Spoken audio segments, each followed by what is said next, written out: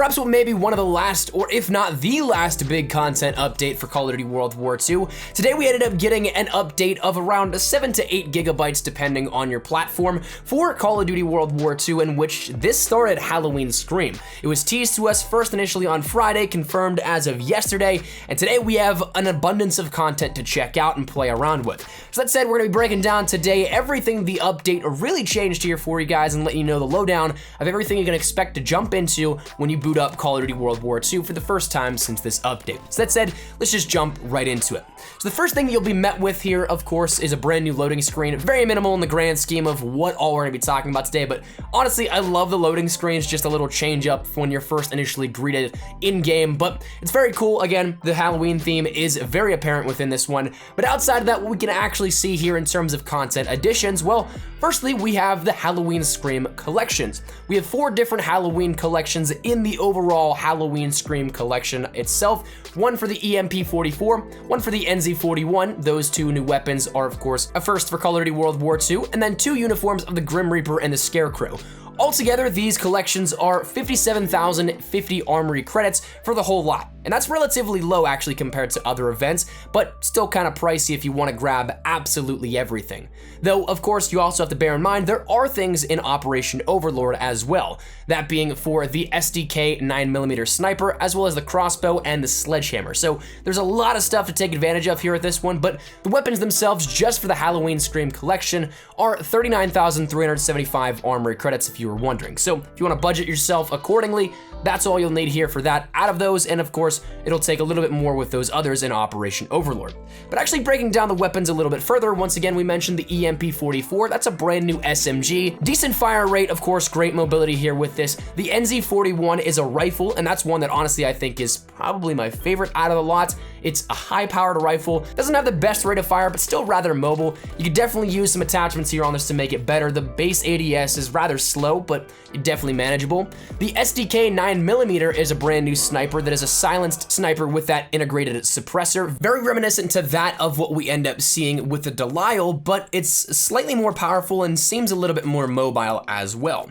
Then you have the crossbow, which is a one-shot to the chest and up, and then the melee of the sledgehammer. So, of course, definitely awesome pun there, definitely not a missed opportunity that earlier in the year I thought we'd be getting a sledgehammer at some point simply because of how much melee weapons we were getting. But regardless, those are your new weapons that were detailed. Of course, each of the weapons have their own variants associated with them. The NZ and the EMP are pretty close with the variants in terms of which I'd like, but there's one in particular with the sniper of the SDK 9mm that's actually really cool. The heroic one of that is awesome. You definitely need to check it out, and hopefully I get lucky enough to get it, but being realistic, that's probably never gonna happen.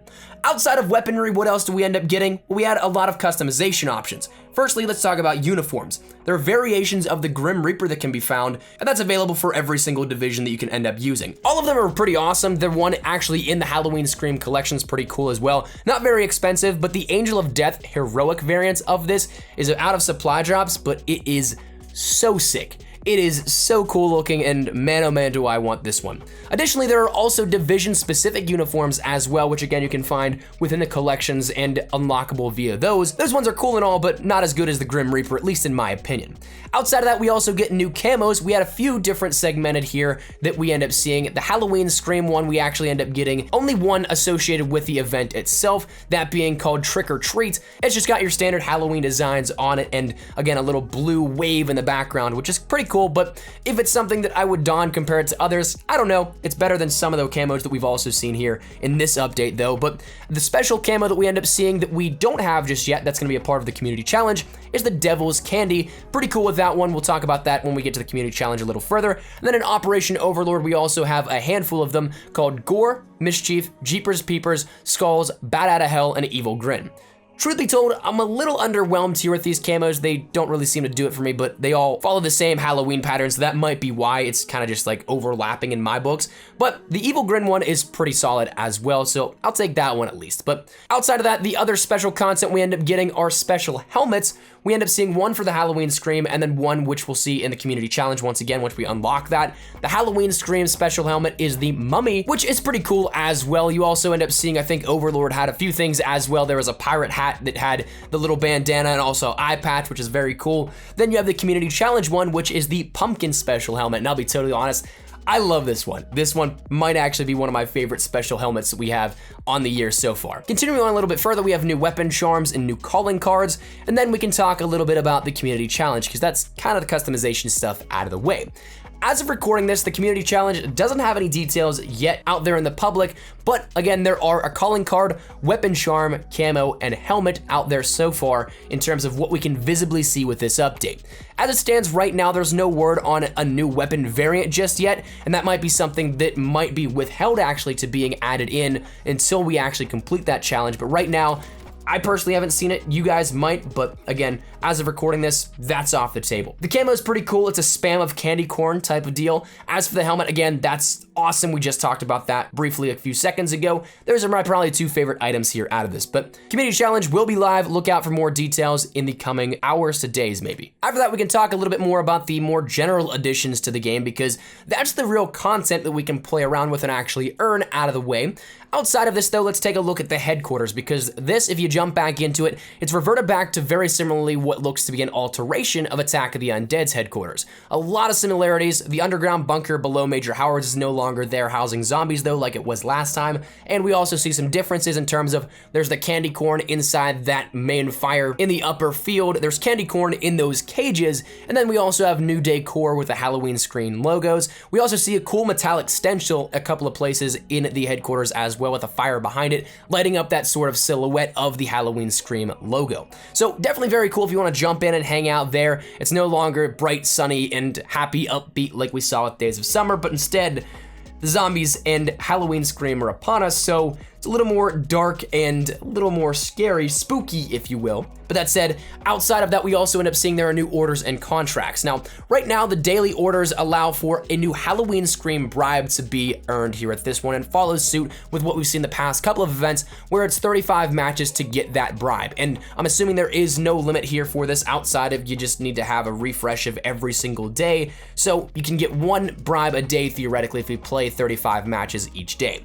Outside of that, there also is a brand new special order that for 150 matches completed, you get 5 weapon bribes. That's a hefty reward right there, but the one thing that I will say is these don't guarantee DLC weapons. You're guaranteed a weapon variant of some sort, but as for what weapon, as for what classification, there's no real telling as to what it will be.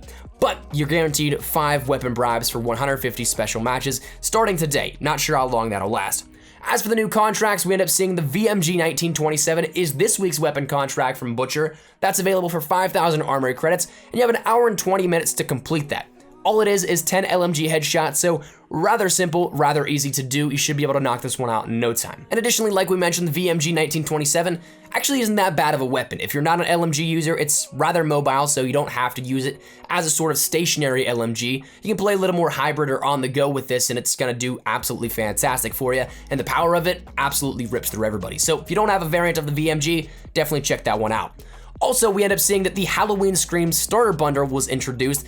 I'm not a fan of this kind of stuff. I don't actually buy COD points and buy these in-game items, but it was added in, so in the spirit of being 100% on the mark with everything that was added, the Halloween Scream starter bundle was added in for 4,000 COD points, and this will give you 2 Halloween Scream items guaranteed, 20 rare items, 400 armory credits, and a 2-hour double XP boost. So if you're somebody jumping into the game for the first time or just want a quick little boost here to kick off your Halloween Scream event, this is a great way to do so, but again, kind of a hefty price tag. I don't like COD points, not a fan. So I'm not gonna end up personally getting into that, but if you guys want to, again, it's out there for you as an option. And the final things we'll talk about here today deal with game modes that are coming back. We already see one coming in within the way of the Weekend of Warfare, but Relic of the Undead and Horde Point are gonna be making a return here for this event. So as of tomorrow, Wednesday at 10 a.m. Pacific Standard Time, Infected will be double XP for that midweek mobilization, but then after that, we'll see Horde Point for this weekend's Warfare on Friday at 10 a.m. Pacific Standard Time to Monday at 10 a.m. Pacific Standard Time as well. So if you guys wanna check that out, definitely do so. And I'm assuming that we might sort of have the reintroduction of Relic of the Undead next week, and it might be there as a stable sort of thing for the rest of the event afterwards. And that said, going forward into the event, you have until November 1st to do anything that you want here with this, and then it'll go away. Of course, that is well into the first couple of weeks of Black Ops 4, so whether or not you want to play around with it, it's up to you. Doesn't matter which way, totally cool if you want to or you don't, but it's gonna be out there for you guys until November 1st. But that said, that is the brand new update, everything that changed here with this one. Let me know your thoughts in the comments down below. Are you guys excited here for Halloween Scream? Are you guys excited to get your hands on what may be the last hurrah for World War II, the new concept, the new weapons, the new camos, uniforms, you name it? I'm excited, definitely. It's been a lot of fun to play around with the new weapons already so far. So if you guys want to check those out, of course, feel free to. Real quick, a little heads up, I'd definitely say out of it, the ranged weapons are worth it. The SMG's okay, the rifle's pretty solid with attachments, and the sniper, well, that thing's just the beast. So if you guys want to check those out, of course, feel free to, but that's where we're gonna wrap it up. So let me know your thoughts again in the comments. If you guys enjoyed the video, make sure you drop a like down below. If you are also new to the channel, make sure you guys subscribe so you don't miss a single thing regarding Call of Duty World War II, Black Ops 4, anything regarding Call of Duty, we got you covered here up on the channel. So if any of that interests you, hit that subscribe button so you don't miss a single thing. If you guys also want to follow me over on Twitter and Instagram, those are the best places to get connected from outside of YouTube. Practically live on Twitter and Instagram, so if you guys want to follow, those links are in the description below. That said, thanks so much for watching. I'll see you guys later. Take care, go get some cool stuff for me, and have a great day. Peace.